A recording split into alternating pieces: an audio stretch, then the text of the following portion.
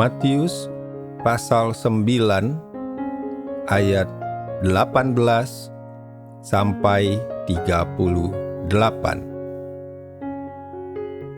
Sementara Yesus berbicara demikian kepada mereka, datanglah seorang kepala rumah ibadat, lalu menyembah dia dan berkata, "Anakku perempuan baru saja meninggal, tetapi datanglah dan letakkanlah tanganmu atasnya, maka ia akan hidup."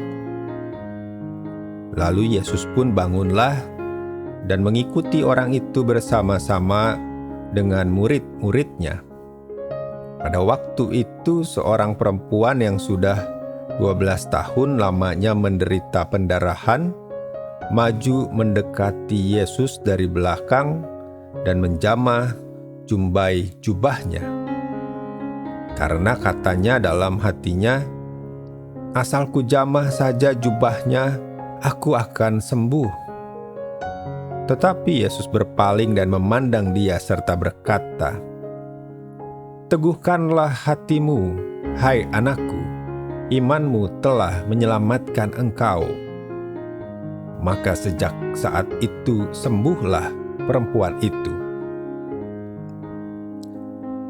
Ketika Yesus tiba di rumah kepala rumah ibadat itu dan melihat peniup-peniup seruling dan orang banyak ribut, berkatalah ia, "Pergilah, karena anak ini tidak mati, tetapi tidur." Tetapi mereka menertawakan dia.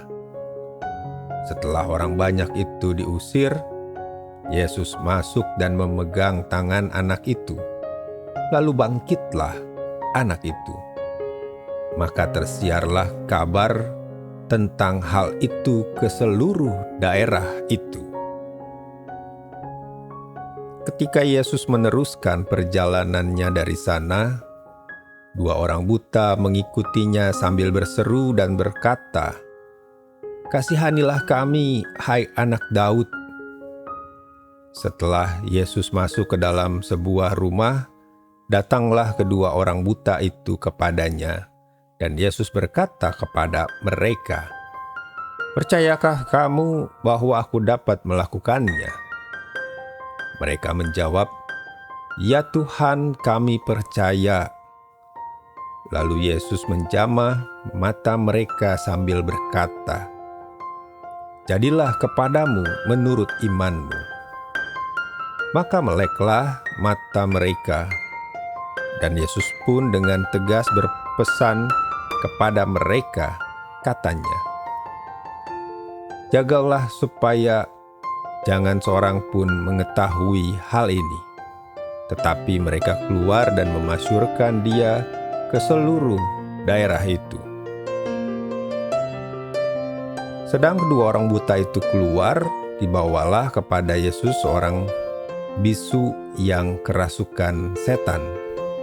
Dan setelah setan itu diusir, dapatlah orang bisu itu berkata-kata. Maka heranlah orang banyak, katanya, "Yang demikian belum pernah dilihat orang di Israel." Tetapi orang Farisi berkata, "Dengan kuasa penghulu setan, ia mengusir setan." Demikianlah Yesus berkeliling ke semua kota dan desa.